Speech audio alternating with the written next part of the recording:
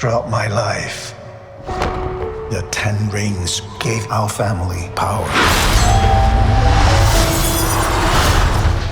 If you want them to be yours one day, you have to show me you are strong enough to carry them. All right, in this episode, we're talking about Shang Chi. Am I saying that right? Shang Chi and the 10 Rings. Yeah. 10 Rings.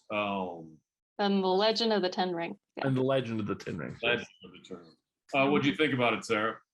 So I loved it. I mean, what was not to like?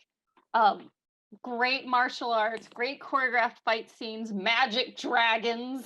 You know, I mean, what else do I need in my life? Assassins. I mean, it was amazing. They were fighting off a side of a building on these bamboo stilts. You know, like it was amazing. I loved it. Chip, how about you? Yeah, I thought it was great. It was better than I thought it would be. Really enjoyed it. And by the way, that's still how they do construction in Hong Kong and stuff, is they still build bamboo scaffolding, which they made a mention of in the making of I watched. Very nice. I thought it was good. I thought I would put it almost dead center of the MCU if I had to put it in there. I kind of think of Doctor Strange as dead center. I think I would put it just under Doctor Strange. I'd put it above Doctor Strange. I don't know. I almost liked it more than Guardians of the Galaxy. And I know that's a sacrilege to say. I know. My son and I watched it. And after we watched it, he goes, I think I like that more than Guardians of the Galaxy because of the dragons. And I was like, I can't not agree with you. And they had giant cat dog things that were really cool. Foo dogs. They're called foo dogs. They were amazing. I was like, why don't they exist? Can I have one? You know, like, where is this? I want to be a part of all these creatures. And then the foxes with all the tails, I just loved all the magical That was a creatures. Pokemon, I thought. That's When what it I looked saw that, I was like. like, wait a minute. Those are actually all of those beasts were actually, even the one with the without a head. The dragon horse head things. Well, but the one that led them there, the little, like the cute one. The butt chicken. Yep. All of those are actual, they're Mythical Chinese creatures. Yeah, they're actually from, they're like legit. They weren't made up.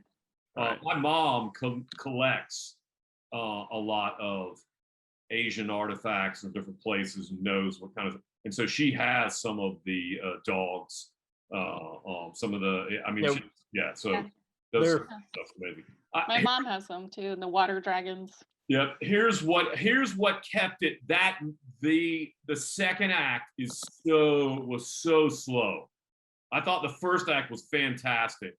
That second act was just so slow. And that's why I didn't feel that at all. I did. I was just like, oh, come on. Well, it was very character building. It brought us to where, well, I felt like we needed to be able to, like, it couldn't be all action all the time. Yeah, we had to have the downbeats to for character development. You can do that and not have it be the slow.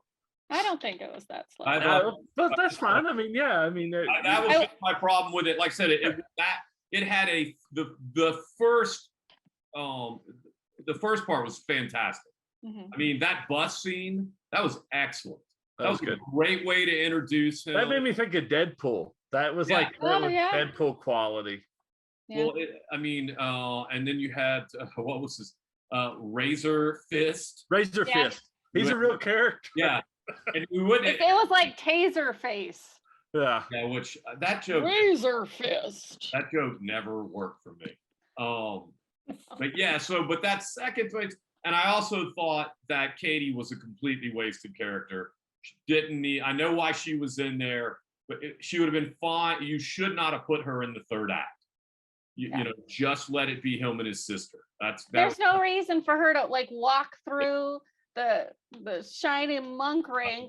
Why is she doing that? I also thought that the Trevor Slattery, you know who I'm talking about? Yeah. I thought he was a needless character. No, he was. I did. He was I did not. I fall back to I know it's a fallback to Iron Man, and it tied back into those movies. And if you look at all the people online right now, they're going, look at the tattoos. They have the ring tattoos on the assassins in that movie and all that stuff. And I got that, but I felt like there was too much of him, and like There was not enough of him. I felt like he kind of dried out some of the scenes that we were watching. I didn't think kind of departed from the momentum. I thought he was fantastic. I loved it. I didn't enjoy him as much. Well, and he was in All Hail the King, that short that they did.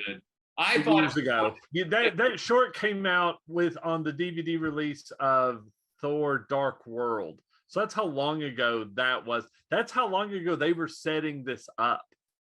Well, I like he was in it, but by the same token, he didn't need to come along with them towards the third, because I just, it's too much. Yeah, I'm with it. Why do they want to cram?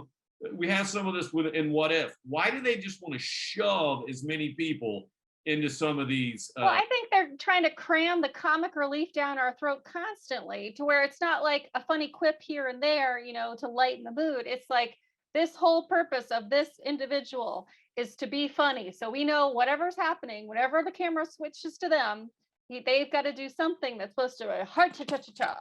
Like it's just not. That's how Trevor and Katie both were. Yeah, they were both. There's too much between the two of them. Yeah, I'm with you. I totally disagree, but that's fine. But good. I loved the martial arts scenes, like the choreographed, even the mass fight scenes. How amazing was that? How, could you imagine what it took to be able to put something like that together? Everybody has their weapons, their own specialties, and it's just, it was amazing. I love seeing that kung fu style mastery on the screen like that, especially watching in the theater. It was just amazing to me to watch. I absolutely loved it. I loved them swinging on the scaffolding, because that reminded me of like all those old Bruce Lee movies and stuff like that, where they're really just doing all of that. And it was dance, the choreography of it all. It was just, it was amazing to see. The guy who played who was the archer instructor, the older one. Yeah. He actually was in Bruce Lee movies, and one of the choreographers, or is that the right way to say it? Choreographers. That's much better. For those, and so there was, and I know I'm not that deep in that stuff. I know some of it, but I know I know there was some more homages in there to those different. I like the airbender. I thought that was to throw the airbender stuff in there. I thought that was cool. I like that it switched from blue to, when he got it, then it was the gold, the red. Yeah. Now is that like the Tesseract blue? It was that color. Are they saying that those are the same? They're not. It's something different. No, these go like, they're saying, like in the stuff that I've seen where they're talking about the extra scene and all of that. They're saying it's either calling back to the Eternals, that's what I think. The Celestials, or Galactus. Because it is older. Oh, now, and you mentioned Galactus. There is a clip. It looks like he's probably going to be in a What If. Yeah, and then also they're saying he'll be one of the big bads when the Fantastic Four come along. So Galactus, because all of this is phase 5 is all going to be cosmic. I mean, we're getting through phase 4, but the next phase after this is going to be cosmic in the negative zone. So we're going to have Annihilus, we're going to have Galactus, we're going to have the Annihilation. So all of that Warlock. I mean, they got to bring out a Warlock, because he's in he's in the end of Guardians of the Galaxy 2. Yeah, they talk about that. I watched something about that. Who is the character that has like this dark head, and then he's got like 6 or 8 red eyes? That's a Celestial. Okay. So what they are they're like these beings of energy. So the things you see them in are just their armor that holds their energy in. Yeah. Well, like in Guardians of the Galaxy, when that one Celestial died and they were mining him. Okay, gotcha. Yeah. That's the head of one of them. Yeah. But they're like these really ancient things, and these beings, and they've basically seeded the galaxies with life. Seeded. So they came in there, like they introduced life to this planet, and then they introduced the deviants and the Eternals, and the Eternals protect the humans from the deviants. But there's something like they eat the deviants, the Celestials do. So all of that's from the Eternals series, which is all Jack Kirby, old school Jack Kirby stuff. So the Eternals are Prometheus. They're the architects. Yeah, exactly. So the Eternals are basically sheep herders for the deviants, which are basically the sheep and food source of the Celestials. So they're like some sort of weird sheep herder. With ravenous sheep. Cattle wranglers. I think you need to read it, because I think I'm just making. I don't really know how to get you back on track. Anyway, Shang-Chi, loved it. I thought it was perfect. I thought it was funny. They did I have a couple friends who are Chinese who kept making a point where when they said one point, his sister's guy says, "I speak ABC," which is meaning American born Chinese. And they're like, that shows that they, were really dealing, really looking at everything, and to use that comment. So yeah. That's smart. I thought the Wong being in it was cool, and especially when he fought Abomination. I thought that was the graphics looked kind of cool on that. He looked kind of like he did in the comics, with the fin ears and stuff. Yeah, they made him look much better than he did in the Hulk movie. And the fact that they were running a scam was the best. That he's like, and then he goes, "Okay, now get back to," and he sends him back to the raft. So and they said that the Abomination's going to be they'll eventually be Thunderbolts movie or TV show, and he'll be in it, and it'll be led by Red Hulk, which is General Ross or whatever. So, right. We'll see. I mean, they keep bringing Ross back, so obviously they want to do more with him. I really don't want to see him. Was it William? What's the Hurt as Red Hulk? William Hurt is he's an actor's actor, and it's interesting that he's doing these movies to start with, but I really don't see him doing a motion capture as Red Hulk. That just doesn't seem right to me. Is Thunderbolts going to be a movie? They don't even know yet. They've talked about it being a movie or a TV or like a Disney Plus series. We think they've already been setting it up with the other live action ones that on Disney Plus, and now this. Yeah. So they gotta have something in the works. And I want to say that I really liked the actor. Was it Simu Liu, the guy who plays Shang-Chi? He, like I said, I think I mentioned this before. He's in a Canadian TV show called Kim's Convenience Store. Yeah, he's really good and super funny. So he's very talented. And that's on Prime. Netflix. Netflix, yeah. Netflix, yeah.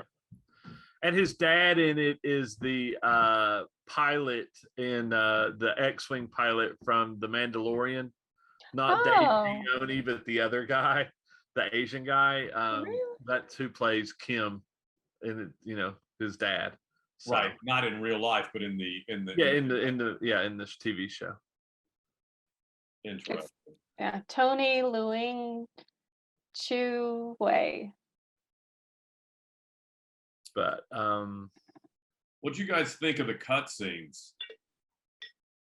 The last one I could give two craps about. Yeah, I know. I thought that the middle one was great because I loved. But then why? Okay, and then everybody's freaking out about this. That's online.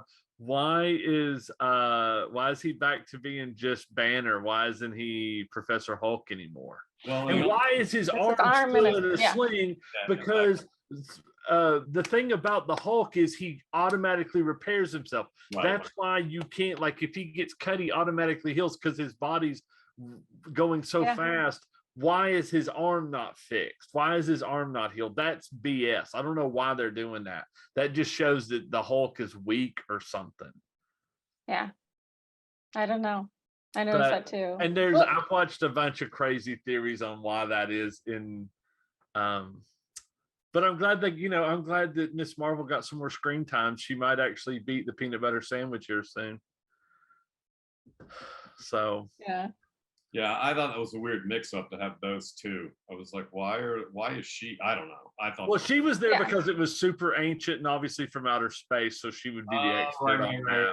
I got right. Perhaps, That's yeah. why they were checking. But I do like when she goes, "Well, he's got my number," and he goes, "I don't." She always does that. I don't have her number. Yeah. Yeah. No, the last scene I thought was interesting because his sister was supposed to go and dismantle everything, but instead of doing that, what she did is she took over and she expanded her original operation.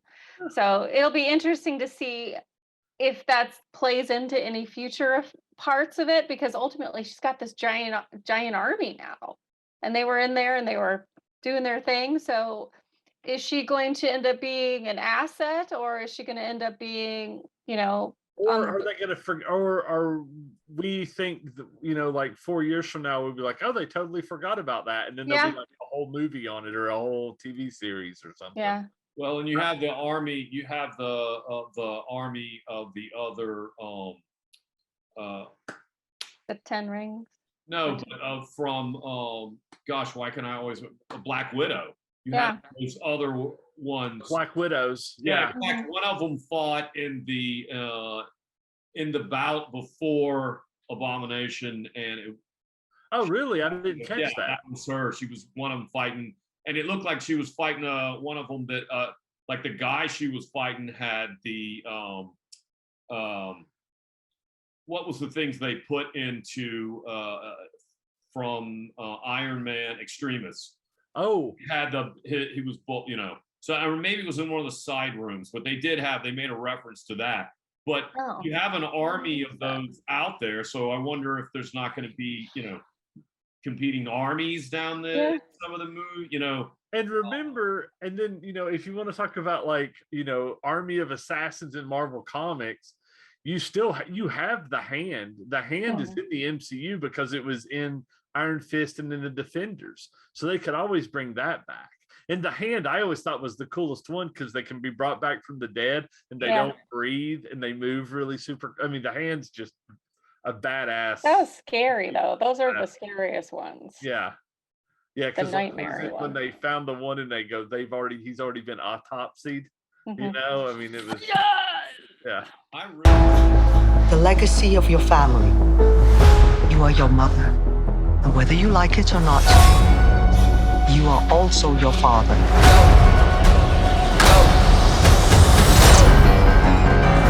I told my men they wouldn't be able to kill you if they tried.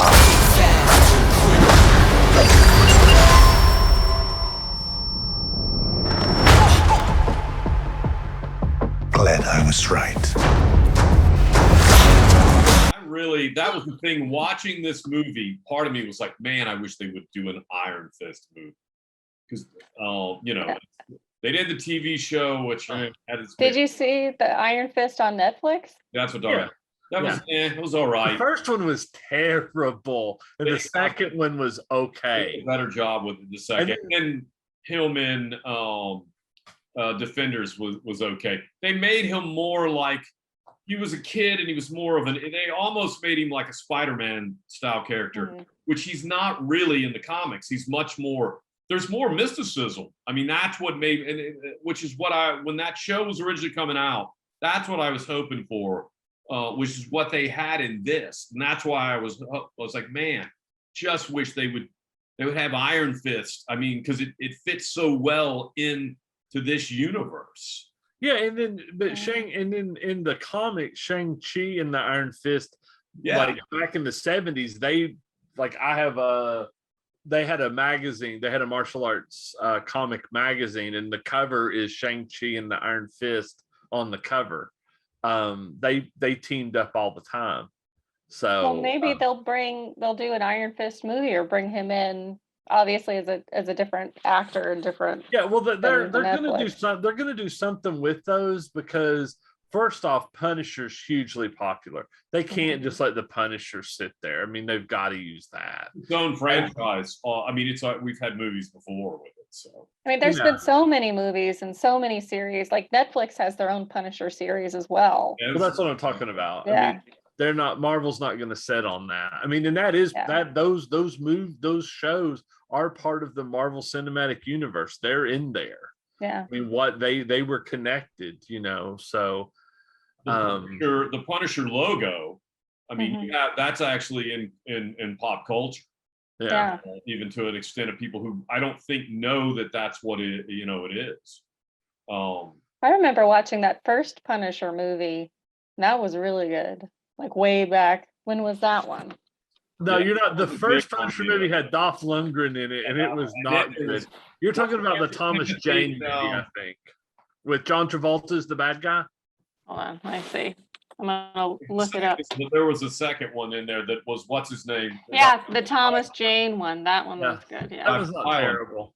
Yeah. And then the one, That's the one I want. the one that's like literally like a it's like one of the really, it's like the Punisher magazine or the Punisher Max comics, was that War Journal, which starred that guy Ray Stevens from he was in that miniseries Rome.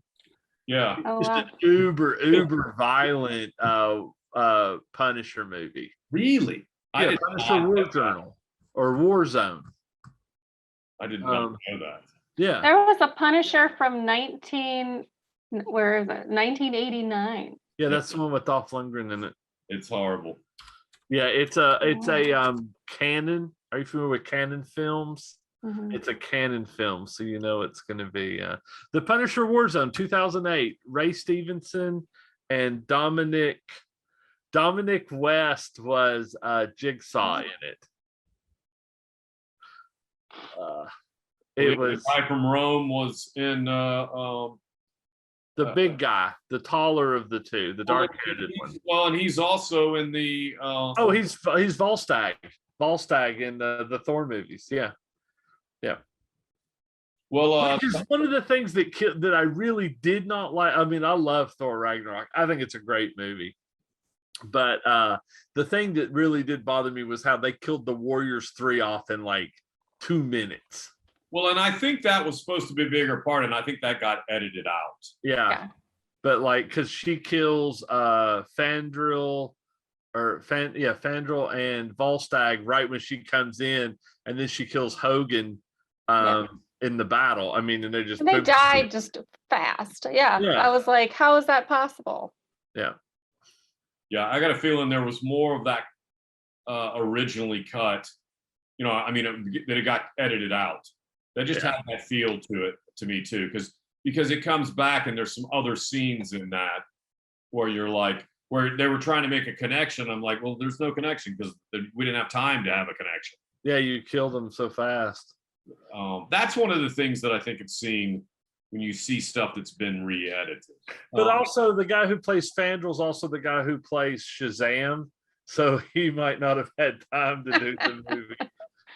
It's funny because they originally wanted him to play Fandral in the first Thor movie, but they couldn't get him, so they got the guy who ended up playing Prince Charming in Once. So then when they go to make the second Thor movie, they go back to that guy, and he's like, I'm making Once Upon a Time now. I can't, do that. So then they got, what's his name? Levi, whatever his name is, the guy they originally wanted from the Shazam. Levi Zachary? Is that Levi Zachary, yeah. Chuck. Yeah. Yeah, that's who Fandral is in the second and third movie. He was at Dragoncon this year. Oh, was he? Oh, cool. He's Oh, how cool. was that? How was Dragoncon? It was good. I mean, it was about a third. I'd say it's about a third of the people that you normally have, and then probably about half of the panels and personalities. Probably about half of that. So it was like I said, about a third of the people and about half of everything. Where there's so much stuff going on, but yeah, maybe it was fine. But that was probably the biggest representative because he was there. I don't remember who. There was one or two other people from that movie that were there as well. And I think, I don't know if they're doing reshoots, but the second one that was filmed in Atlanta, so that may be why they were in it, because they may have all been here because they may have been doing reshoots or whatever. Oh, for Shazam 2? Oh, awesome. I like Shazam. I'd love to see another Shazam. Yeah, they did a good. I think they did a good job with that. Was for a DC movie, especially. And it's part of the DCU. I mean, it's in the DCU. So, very nice. I mean, but all right. So back to the Shang Chi and the Legend of the Ten Rings. Any other points you guys want to make, or think of anything you liked, didn't like, wanted to see that didn't see? I will say the kind of what you brought up with Bruce Lee. These characters came into Marvel because of Bruce Lee. I mean, his popularity was why they did that. So that's kind of, the other thing I made there, I bet you didn't notice it because you guys would have said something in her bedroom at her dad's All the posters. compound. There's a poster of Kung Fu Hustle. Yeah, I saw it. Didn't he have a poster of it too, or he had a poster of the Warriors and What else? the Godfather and something else? Yeah, no, I didn't think about that. I love that Michelle Yeoh was in this. Yes, I love her. She is so amazing. She good. was in like Crouching Tiger, Hidden Dragon. She's been in such an amazing, she's got such an amazing film career. And yeah, she was in Crazy Rich Asian. She was a Bond girl. She was in she was in Tomorrow Never Dies. Mm-hmm. She's in Kung Fu Panda. She's an amazing actress, and I was just very excited to see her in this. Oh yeah, that's right. She's the soothsayer. She's the goat in Kung Fu Panda 2. I love Kung Fu Panda 2. I love Kung Fu Panda. I love the whole series. I love the whole thing. It's funny. Yeah. Because we actually went and saw it right before Rain was born. We had a friend who had a little boy, and he wanted everybody to go to the movies with him, and I was like, okay, what are we gonna go see? And I was thinking we were going to go see Wall-E, and he's like, no, Kung Fu Panda. I was like, I really don't want to go see it. And I went and saw it. I was like, man, that was freaking amazing. Yeah, it's so good. And Angelina Jolie's is in that too. So, she was in Star Trek. I'm looking at her filmography right now. She's in a movie called. She's also in Guardians of the Galaxy too. Yeah, Star Trek Discovery. Mm-hmm. Yes, that's right. She's the Discovery captain. Log. We'll hold that against her. That show, I mean, I actually canceled that channel without finishing season 2, so that pretty much says it all. But she's in a movie called Morgan, which is a really interesting movie. It is directed by one of Ridley Scott's sons, and it's got Kate Mara in it, and it's about synthetic people, like they built this clone assassin. Oh, It's a really weird movie. It's one of those really small movies, where it's only like it's a very limited cast, and they're off at some place, so it's not like in the public or whatever. mm-hmm. My favorite kind of sci-fi movie, but it's got like major people in it, like Toby Jones, Rose Leslie, which is Jon Snow's girlfriend in Game of Thrones, Boyd Holbrook, which is the bad guy from Logan. Right. For us Gen Xers, Jennifer Jason Leigh's in it. Yes. Little Fast Times at Ridgemont High. Paul Giamatti. I mean, it's interesting the people that are in it. Yeah, it's a very odd cast. But it's like I said, it's directed by Luke Scott, which is one of Ridley's sons, produced by Ridley, and it was written by Seth Owens, which he doesn't even have a Wikipedia page. So I don't know what that means. But anyway, I remember she was in it, and it's a non-action role, and she was still really good in it. So, and I just love her. So the fact that she was in it was great for me. Yeah, I was excited about that too. Well, so the person who did the Matrix maybe the director of photography is the same director in this one. I can't remember. There's somebody, one of the key personnel from the Matrix for filming.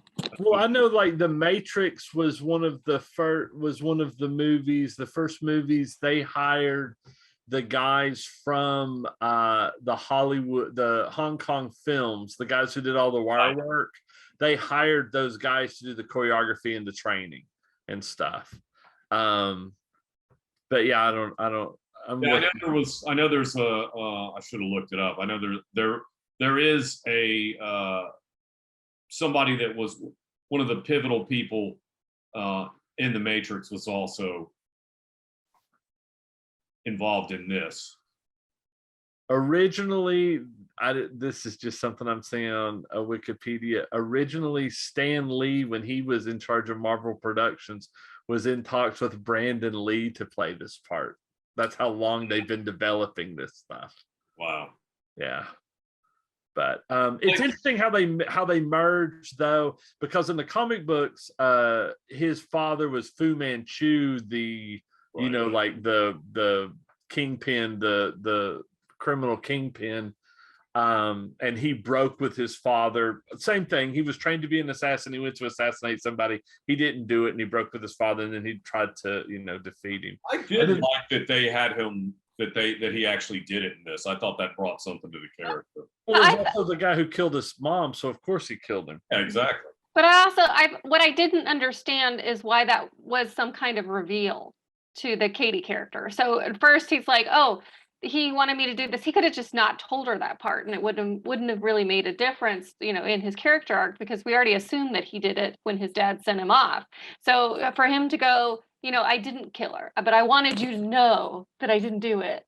And then to come back and go, I don't want you to hate me now. And I did do it. And she was like, okay, and it wasn't like any reaction from her. She's like, oh, cool, whatever. Let's move on. Let's go kill some bad dragons, No, I agree. But whenever I see that, to me, I assume that was something that in a rewrite has gotten, that at one time was pushed up in the thing. It was probably a big part of him of, hey, I'm not telling you who I am. And this is, but I thought the way that they had the reveal was great, but I did think that was kind of odd. They could have, it's almost like that got cut. And then they were like, well, I do want to have that point in. It was almost like they just shoved that, or maybe they even reshot just that scene to make that point. Yeah. But it would make sense to me if somehow in their relationship that the Katie character would question Shane, question his integrity, what he's doing. Is he going to be a bad guy? But at no point did we think that he was going to be a bad guy or have a turn in any sort of capacity. So to have that be as like, oh, he didn't do it. Oh, no, he did do it. Okay, we don't care. That kind of thing. So that, and then with her, after having one day of learning of shooting, but makes a bow makes the shot. I was like, okay. Home run shot right there. You knew that was so. If everything is about expectations and then the circumventing of those expectations, that was like, there was just like when that came up, I was like, oh. You knew when she got a bow and arrow. Like, okay, she's gonna make some kill shot, or you did. It was set up way too easily, very predictably. Don't hurt yourself. Don't give her a bow. Give her the bow. Don't get shot. And then what does he do? He gets shot. Don't die. Yeah, don't die. That I thought was funny. That actually was one of, I thought, the funnier. But in the theater, I don't know about the theater you guys were in. This didn't get a lot of laughs in the theater that there was hardly anybody in the theater. That's one of the things I wanted to mention when I went. Now the great thing is you can see what seats are taken. So I kept looking at it throughout the day before, going, okay, nobody's there. And then like I went to the 11:15, so I think I bought my ticket at like 10 o'clock. So at 10, I went, okay, there's not many people there. I bought my ticket and I left. And I got there and there was only 3 people working in the entire giant movie theater.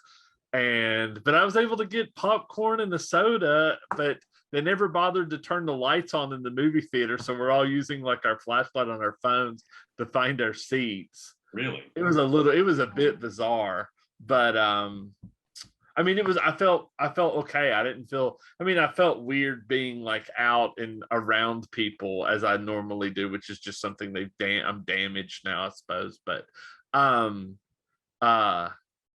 it was fine. It was good. I enjoyed going to the movies. The one I was in was probably about 2/3 full. Oh. It was pretty full. It was Saturday. I saw it on a Saturday night.